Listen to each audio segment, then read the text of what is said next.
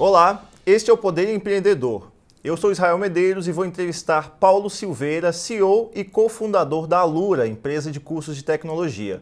A escola possui hoje mais de 1.200 cursos em sua plataforma e foi considerada uma das startups brasileiras com maior potencial para virar unicórnio, que é quando uma companhia atinge o valor de mercado de US$ 1 bilhão.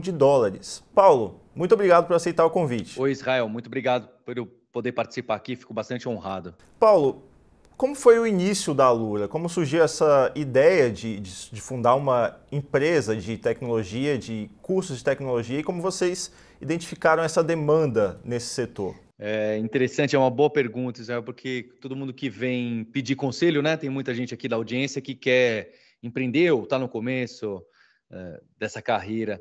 E as pessoas esperam que a minha resposta seja não, porque a gente tinha um plano e a gente viu uma grande oportunidade, mas na verdade não foi assim. Então, a empresa existe há muito mais tempo, né? Ela começou com o ensino presencial, não é? Assim como com sala de aula, com computador de tubo, né? Monitores de tubo. E tinha até um outro nome antes, porque a gente não viu uma oportunidade clara de crescer um business como é hoje em dia que as pessoas buscam empreender.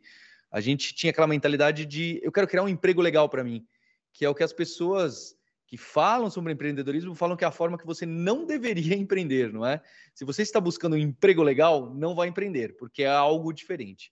Mas enfim, a gente começou, eu e meu irmão, quando teve o boom de algumas tecnologias, né? Para quem conhece um pouco, essas coisas que as pessoas classificam como open source, então, desde o Linux até as coisas da Apache e também o Agile, não é? Que o Agile, o Kanban, o Lean, que hoje em dia está em todo lugar, teve uma época, quase 20 anos atrás, que isso era considerado coisa de maluco, né? Forasteiro, eram os jovens que não queriam trabalhar direito, não é? Mesmo esse mecanismo de squad que a gente cai hoje em dia em várias empresas também é algo que foi criticado, hoje em dia também é ainda mais criticado. Então eram coisas novas que as empresas, as escolas de tecnologia, já havia algumas grandes, elas não davam curso disso. E a gente gostava disso e achávamos que o mercado ia abraçar, o mercado ia se abrir e as grandes, as big techs, que hoje em dia a gente chama de big techs, iam começar a se conectar com essas tecnologias gratuitas, né, open source, né, gratuita não é a palavra correta. Então, a gente enxergou aí. E a gente fala, poxa, vamos montar a nossa escola que ensina essas coisas que os outros não ensinam e que as pessoas não estão dando muita bola. Então, a gente começa assim. Com quantos colaboradores o projeto foi iniciado? Como foi a chegada dessas pessoas, a obtenção de investimentos e quantos colaboradores a Alura tem hoje? Israel, também outra resposta fora do padrão, né, das startups e das empresas. Então, a gente começou com 5 pessoas. Éramos 5 pessoas. Eu e meu irmão no técnico e dando aula. Éramos professores. O que a gente queria ser quando crescer, além de astronauta, era professor, né? A gente queria dar aula e conversar, estudar. A gente queria ser doutor, né? Eu acabei fazendo mestrado, etc. Mas o objetivo era esse. Esses mecanismos, isso lá em 2004, tá bem? Então tem quase 20 anos. Esse mecanismo de investimento, esse track de VC, essa chamada que você classificaram a gente como potência de unicórnio, né? Que é uma coisa mais vaidade do que algo funcional, correto? Ela começa só em 2012, 2013, quando os fundos começam a visitar a gente. Isso é 8, 9 anos depois. Quando a empresa começa a ter 70 colaboradores, 80 colaboradores, a gente começa a estar em São Paulo, Rio e Brasília. O online começa só ali. Em 2011, que por uma provocação do meu irmão, ele fala, olha, acho que o mercado vai acabar chegando no online. E aí eu falei, não, Guilherme, o online tem menor qualidade, ninguém tem celular, ninguém tem banda larga. E realmente, 10 anos atrás, era na Faria Lima que você tinha essas coisas, não é? E, de qualquer maneira, a gente foi ali, a gente foi o first mover, né? Ou um dos. Se moveu para o online, devagar, né? Testando o território ainda. E ali começaram a aparecer os fundos de Priority Equities e fundo de Venture Capital, que também em 2012, 2013, ainda só tinha 2 ou 3 brasileiros, né? Esse assunto, mesmo startup, o assunto startup, né? É do ano que nasce Nubank, é do ano que nasce essas grandes startups. Então ainda era muito incipiente mesmo. E a gente só vem receber um aporte do fundo da Crescera, que é do Rio de Janeiro, do fundo da SIC, que é um fundo australiano, em 2016, quando a gente apresenta uma tese já um pouco mais estruturada, que a gente queria ser um ecossistema para o profissional de tecnologia. Hoje em dia a gente já expandiu um pouco isso, porque o profissional de tecnologia estudava naquela época de várias formas, né? Começava estudando em livros, né? Tinha livro físico, né? Você ia na Livraria Cultura comprar aqueles calhamaços. Você também tinha blog e coisas de graça. Você tinha cursos presenciais, você tinha curso online. Então, a gente queria ter um dia uma faculdade. Então, a gente desenha essa jornada do usuário, né? No nosso caso, alunos e alunas, e fala, a gente quer chegar e ter toda essa gama de produtos, porque a gente pode atingir a vida das pessoas que respiram, estudam e praticam tecnologia em qualquer momento. Independente de você estar no começo da carreira ou no fim da carreira, a gente quer ter uma possibilidade de experiência para você, de adquirir conhecimento. Então, essa é a tese que a gente mostra para eles e que eles compram, né? Falam, opa, faz sentido. E óbvio que lá naquela época, 2016, falar que a gente ia ter uma faculdade era algo meio... Sabe quando a startup fala, qual é o seu sonho grande? Meu sonho é estar no global e a gente vai estar no mercado chinês. Era um pouco moonshot para a gente. Então, a gente começou com esse desenho e, para ser bem sincero, mesmo hoje, 8 anos depois do primeiro investimento, quase 8 anos, a gente continua com a mesma tese de espaço do profissional de tecnologia nesse ecossistema, que ele pode se encaixar em vários momentos diferentes, dependente da persona dele, da experiência dele. E agora a gente também pode avançar geograficamente, em idade e em momentos. Paulo, quando se fala em uma escola, o método de ensino depõe muito a favor ou contra ela.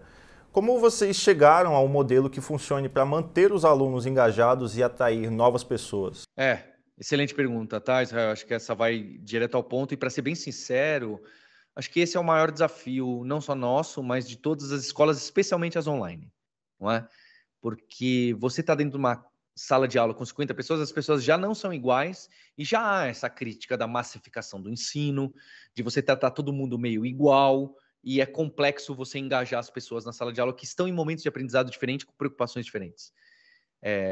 Para isso, já tem aí, né, os pedagogos, o pessoal de Learning Sciences, que o pessoal chama hoje em dia, tem muito estudo, tem 50 anos, 40 anos de coisas muito modernas, desde, né, a classe de aula invertida, né, o Flipped Classroom, tem todos esses mecanismos novos, o ensino adaptativo, tudo isso de blended learning, são coisas que o pessoal na década de 90 já falava para a gente, né? Por isso que eu sou muito cético quando uma startup fala que vai revolucionar o ensino. Eu falo, não é assim que funciona, é como revolucionar a medicina, não é? Não é uma pequena empresa que cresce como ideia que revoluciona essas coisas que medicina, ensino, saúde. Você, Israel, quando você vai aprender alguma coisa, você precisa de semanas, meses e anos. A mesma coisa para você se curar de uma doença ou ficar melhor de saúde, você precisa de meses e anos. Então, alguém falar que vai disruptar, entregar algo muito mais rápido, não é? Olha, faça agora a faculdade aqui com a gente, que o que você aprende em 4 anos, você aprende em 4 meses. Isso é apenas uma mentira, não é nem marketing, é uma mentira mesmo. Então, essa questão de método de ensino, engajamento, comunidade é fundamental. E a gente tem as nossas características, o nosso mecanismo, mas é óbvio que ela é uma mistura de grandes outros pensadores e escolas que vieram antes, né? A gente tem pais professores, a gente estudou em escolas diferentes, a gente tem nossos filhos e filhas em escolas diferentes, para absorver esses conhecimentos, né? A FIAP, a faculdade que a gente fez a aquisição, junção, é uma faculdade que já há alguns anos tem também uma cabeça diferente do projeto, do DCC, das disciplinas, e isso não é um método, não é? Eu gostaria de te falar, Israel, nosso método é assim, ó, muito diferente de todos, e olha que incrível, ninguém nunca vai copiar. Não é assim que funciona. Nosso método é um que está na fronteira, e cada vez que passa o tempo, a gente precisa se readaptar a como as pessoas estão estudando, o tempo, o incentivo, o engajamento. Ah, mas agora a geração é mais difícil. Essa frase é muito fraca, não é? As gerações são sempre diferentes e a gente precisa considerar a cabeça dessas pessoas, desses jovens novos, para se adaptar a eles e não o contrário. Então é algo que está em constante evolução e, sem dúvida, é uma pergunta que a gente se faz todos os dias. Você falou um pouco sobre comunidade e eu queria entrar em outro assunto. A Alura investe muito em conteúdo, podcasts, artigos de blog, vídeos no YouTube, inclusive com colaborações. Como essa estratégia tem ajudado a atrair novos alunos e a estabelecer uma autoridade quando se fala em tecnologia? Outra excelente pergunta, Israel, porque esse sim eu acho que a gente foi mais inovador, pelo menos no Brasil, né? Em colocar, a gente até chama de Alura Verso, não é? Porque as pessoas tentam pegar e trabalhar com ensino online da mesma forma que uma startup clássica. E uma startup clássica, ela tem esses mecanismos de lead, CAC, de você transformar o lead em potencial, e aí você converte, aí você põe no pipeline, aí você faz... Que é válido esse funil de vendas clássico no ensino. Só que no ensino, esse ciclo de vida é muito mais alongado. Ninguém acorda de manhã, numa segunda-feira, e fala, nossa, que vontade, hoje eu vou me inscrever num MBA, não é? Não é assim que funciona. Não, hoje eu vou finalmente dominar o Java, e o Paulo Silveira fala bastante disso, né? Deixa eu procurar aqui. Eu vou me matricular aqui. Não é. Não funciona desse mecanismo de Google Ads, e aí vai lá, vence quem tem o menor CAC, controla o ad, aí você entra. Os produtos não são tão comoditizáveis, as personas são diferentes, a forma que se aborda, né? Se o curso é online, híbrido, se é o dia inteiro ao vivo, se é de um assunto, o que aborda, é tudo muito diferente. Então, para você conseguir ter um tamanho no ensino, você precisa, de alguma forma, evangelizar a comunidade e estar sempre com a comunidade, não é? E a gente, curiosamente, antes da gente abrir empresa, a gente já participava muito de fórum, evento, a gente montava evento gratuito, a gente sempre gostou dessa troca.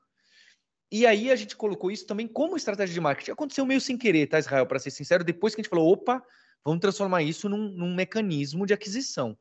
Então, hoje, esses collabs de YouTube, de podcast, de blog post, todo esse mecanismo de content marketing ou de inbound, que o pessoal costuma colocar, a gente já fazia isso antes de ter nome, obviamente, de uma forma mais desestruturada, menos elegante, menos profissional.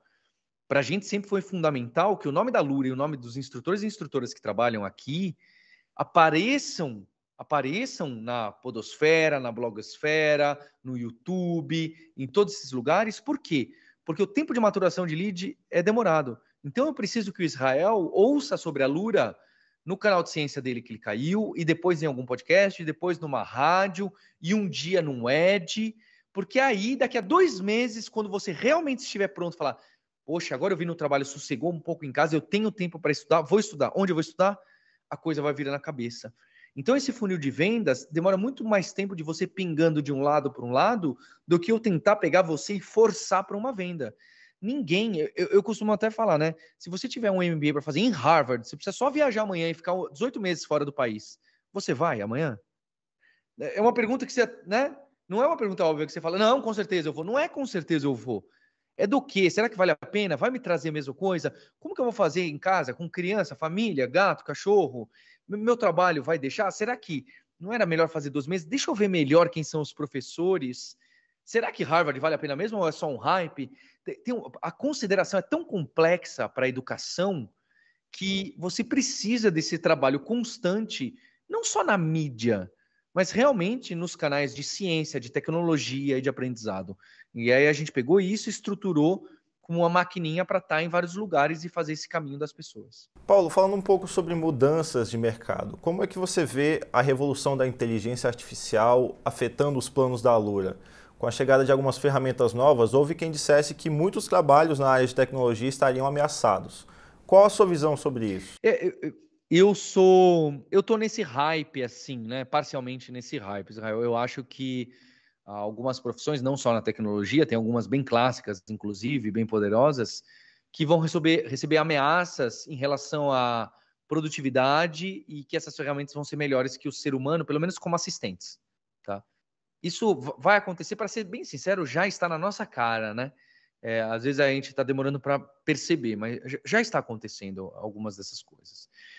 E para a gente em si, fico pensando se eu sou só otimista, né, ou se é a realidade, mas eu sou realmente otimista, porque essa inteligência artificial que chega na mão de todas as pessoas, ela primeiro é uma oportunidade, né? Então hoje a Lura tem uma escola nova, né? A 8ª escola dentro da Lura, ela é dividida em 8. Essa 8ª mais recente é de inteligência artificial que a gente chama de aplicada. Então não é que você vai aprender a fazer os neurônios, né, as redes neurais com programação. A gente tem isso também, mas é mais hardcore. A gente tem como que você vai aplicar o GPT em vendas e automatizar uma parte do seu Excel e do seu trabalho. Então isso, a IA na tecnologia amplia para a Lura a possibilidade de alunos e alunas, que antes eram muitas pessoas que trabalham com coding, que trabalham com UX, que trabalham com produto digital. Hoje, com isso da IA, a gente começa a ver e ter também cursos, formações e comunidade para as pessoas que vêm de vendas, de finanças, de liderança e que precisam aplicar isso no seu trabalho. Então, ela é um escopo novo para a nossa escola. E para ensinar, o meu irmão coloca muito bem isso, né? Tem a parte de aprendizagem e ensinar, né? Para ensinar, ela vai auxiliar muita coisa. Vai ajudar a gente a criar conteúdo melhor, mais fácil, mais rápido, corrigir conteúdo, corrigir exercícios de alunos e alunas, todos esses pontos. Mas o aprendizado, que é o Israel sentando com o livro, aprendendo, com a tela, fazendo o exercício no caderno, isso não vai ser muito acelerado, não é? Não tem, é a mesma questão que eu coloquei no começo. Não tem como você fazer a faculdade de 4 anos em 4 meses. Isso não existe. Essa frase não tem cabimento, não é? Nem nas piores faculdades isso vai acontecer se você... É claro, Paulo, mas isso aqui que foi ensinado não é tão útil para o mercado de trabalho. Ok. Mas aí vem até a questão se a faculdade tem que ser completamente orientada ao mercado de trabalho, né? Que acho que é uma excelente questão. Então, a forma que você aprende vai ser acelerada, mas vale lembrar que a inteligência artificial aí para o aprendizado adaptativo já existe há muito tempo e não revolucionou o ensino, o aprendizado, quero dizer, não revolucionou. O Wikipedia acelerou quanto o seu aprendizado? O smartphone acelerou quanto o seu aprendizado? O online acelerou quanto o seu aprendizado? Acelerou, são pequenos degraus, né? Eu acho que vai acelerar, vai ajudar, mas não é um golpe desse que as pessoas estão apostando. Assim, lembra? Wikipedia, nossa, como vão ser as escolas agora? Porque os alunos... Né? Nada disso se concretizou. Não vai ser dessa forma, tá? São passos. Vai ser um salto grande, mas é um passo. Paulo, de que forma você vê a Alura daqui a 5 anos? Onde a escola pretende chegar e quais impactos quer gerar na sociedade? Esse aqui também vem um sonho nosso, né? Acho que a gente tem expansões, né? né? Agora com a FEAP a gente tem a possibilidade de expandir para outras cidades, algumas poucas outras cidades. Tem a possibilidade de expandir o online, que a FEAP é muito conhecida em São Paulo, a Alura é conhecida no Brasil inteiro. A gente tem 2% dos nossos alunos são de fora do Brasil, né? São brasileiros, mas de fora do Brasil. Então a gente tem essa expansão que já acontece, né? A gente crescer como player de qualidade premium de ensino de tecnologia, de computação. E sem dúvida, o meu sonho é que a gente possa atingir também, como ali na FEAP já faz, e na Lura também já tem um pouco, a ciência, não é? A gente quer ter... Os meus investidores não gostam do termo, né? Think Tank, porque parece que é uma ONG, né? A gente quer se posicionar como um player que fala assim, o Israel está com uma dúvida sobre como que ele aplica a tecnologia aqui na empresa, ajudando melhor os colaboradores e tirando... Conversa com alguém da Lura para saber, para discutir, e aí a gente vai te direcionar com quem que você pode conversar, independente da gente ter produto para isso ou não. A gente quer realmente finalizar isso de ser referência para assuntos de discussão de tecnologia. Então, o podcast nosso, o YouTube, os artigos, a gente poder trazer um professor doutor lá da Holanda para o nosso evento de liderança técnica e pessoas assim, é para que a gente possa ajudar, né, o ecossistema Brasil, América Latina, de falar, poxa, como que eu penso melhor em tecnologia aqui na minha empresa? Ou na sociedade, ou no governo, ou nas escolas? É isso que a gente quer ter. A gente quer ter pessoas que sejam essas referências e que troquem com toda a comunidade, com concorrentes nossos, com grandes empresas globais, com pequenas empresas do Brasil, para falar, olha, está acontecendo isso, a gente acha que vai para cá. É melhor você ir para esse quadrante. Não é? A gente já faz isso de uma forma um pouco mais sutil, mas com isso a gente conseguiria amarrar muitas coisas e ter um impacto direto, não só financeiro nosso, mas diretamente sociedade, não é? Paulo, o que você faria de diferente hoje se fosse começar esse processo do zero? E que dicas dá para as pessoas que querem empreender? Acho que essa é uma boa questão. Eu acho que eu teria dado mais valor para essas preocupações que as pessoas têm hoje em dia de cultura, pessoas e também para finanças, um pouco mais cedo, não é? Porque quando você começa uma empresa e ela está engatinhando, ou mesmo menos de 50 pessoas, e em especial que nem a nossa, que sempre foi superavitária, né? A gente sempre deu caixa, não é? A gente nunca se colocou em casos de queimar, foi uma opção nossa, não é? A gente então menospreza. Se está todo mundo indo bem e o clima é bom, isso de pessoas, ainda mais quando era presencial, e o financeiro, não é algo que você só vai tocando, não é? Você só vai tocando. Sendo que quando você cresce, aí é tarde demais para você olhar. Peraí, deixa eu organizar aqui o financeiro e o time de pessoas e a cultura. Você só vai olhar quando isso tem alguns problemas, não é? Mas assim como produto e vendas, que as pessoas olham muito, você precisa olhar pessoas e finanças. Porque senão isso explode pequenos pontos na hora que você não estava preparado. Então, olhar para isso um pouco antes, eu não diria no dia zero, tá? Porque no dia zero, realmente, esse blá blá de product market fit, e encontrar o produto, melhorar o UX, entregar valor para o usuário, eu acho que esse é fundamental mesmo, tá? Mas no primeiro momento que você estrutura as coisas, você precisa ter esses cuidados, essa atenção para o que a gente chama de back office, não é? Para as pessoas que estão atrás, não na linha de frente, nem na do meio, que estão lá no fundo. Acho que isso precisa olhar bem. Sobre dica para empreender, eu falo que é sempre difícil, né? É sempre difícil. Eu gosto muito dessa temática aí, acho que o Naval Ravikant, aí, que é um dos fundadores da AngelList, né? Ele fala bastante, olha, pegue todos os conselhos, rejeite a maioria dos conselhos, né? Eu gosto muito desse, né? Você ouve, né? Ouve todo mundo que passou aqui, ouve todos os podcasts de empreendedorismo, aí você pega e você tira a sua soma. Você soma, corta isso não faz sentido no meu ramo, isso não faz sentido para mim, isso não faz sentido para o meu investimento, isso não faz sentido para o tamanho que eu quero chegar, isso não faz sentido para o meu estilo, né? Tem estilo de empreendedores. Então, logo, eu vou pegar só esse pedaço aqui. Então, acho que isso é importante, você não ficar ouvindo tudo e fazendo tudo, né? Lendo todos os livros que falaram. Você precisa tomar uma decisão final, porque empreender uma hora vai te cobrar isso. É você que toma essa decisão.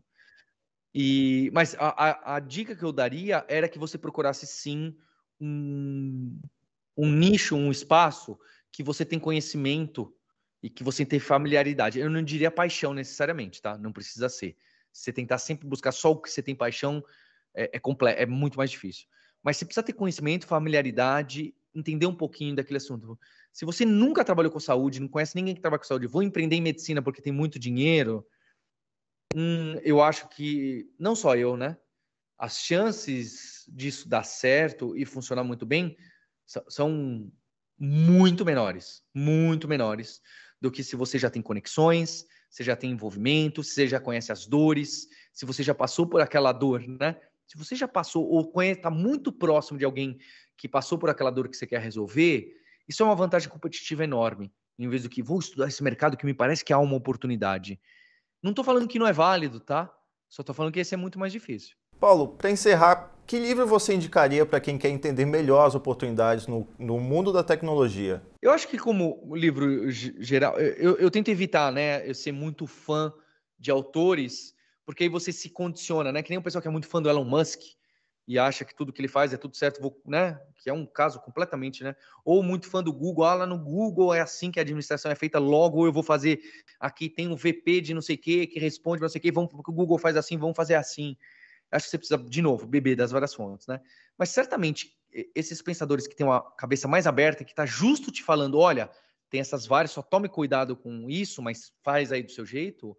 Acho que o Taleb é um desses, né? Então, o Antifrágil, ele tem um monte de historinhas interessantes. Ou qualquer um deles, tá? Esses grandes pensadores também que vendem muito livro de business, eles se repetem muito, não é? O Antifrágil tem historinhas pequenas que você vai falar, nossa, um taxista, né? Um banqueiro relacionado com um restaurante, e esse sistema aqui é mais complexo. Nossa, realmente, você começa a fazer. Ele faz sua cabeça trabalhar com analogias. E empreender essa inteligência é realmente você lidar com o desconhecido e incerteza. Então, você ter a capacidade de fazer analogias, porque o seu campo nunca foi. Ninguém nunca fez, são. Né? Você está pedindo dica para o Paulo Silveira, que é de outra área. Eu não conheço a sua área. Então, você precisa dessa capacidade. E esses livros aí, eu gosto dele, gosto do Naval, que ele tem aquele almanac, um podcast aí que ele já parou. Gosto do Scott Galloway, que também tem alguns livros mais de negócio, história de negócios. Eu iria para o Taleb, sim, se nunca leu, porque é uma leitura relativamente fácil, né? Ele é um matemático nível hard, né? Mas os livros que ele faz realmente, pelo menos as primeiras partes, é bem aberto. Ele realmente faz você ter um pensamento não plural, né? Ele tá batendo naquele negócio do risco, né? Que o risco existe, você precisa encarar. Não é para evitar risco, né? Tem gente que interpreta o Taleb do tipo, evite o risco, né? Black Swan, evite risco. Não é isso, né? Ele tá falando que o risco existe, você precisa trabalhar com essa possibilidade. É bem diferente. Então, ele te abre a cabeça com várias analogias para você ser resiliente e não fazer que nem muita startup fala, eu vou dar um tiro só. Ou dá certo ou é nada. Eu não gosto dessa abordagem. Tem gente que gosta. Não é a minha.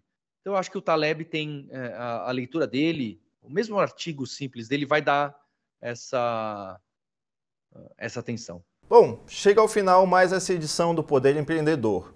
Em nome do jornal digital Poder 360, eu agradeço ao empresário Paulo Silveira, CEO da Alura, por compartilhar aqui um pouco da sua trajetória no setor de cursos de tecnologia. Muito obrigado, Paulo. Obrigado, Israel. Obrigado a todo mundo 360. Agradeço também a todos os que assistiram a esse programa. A entrevista foi gravada no estúdio do Poder 360 em Brasília em 14 de agosto de 2023. Para ficar sempre bem informado, inscreva-se no canal, ative as notificações e não perca nenhuma informação relevante. Muito obrigado e até a próxima!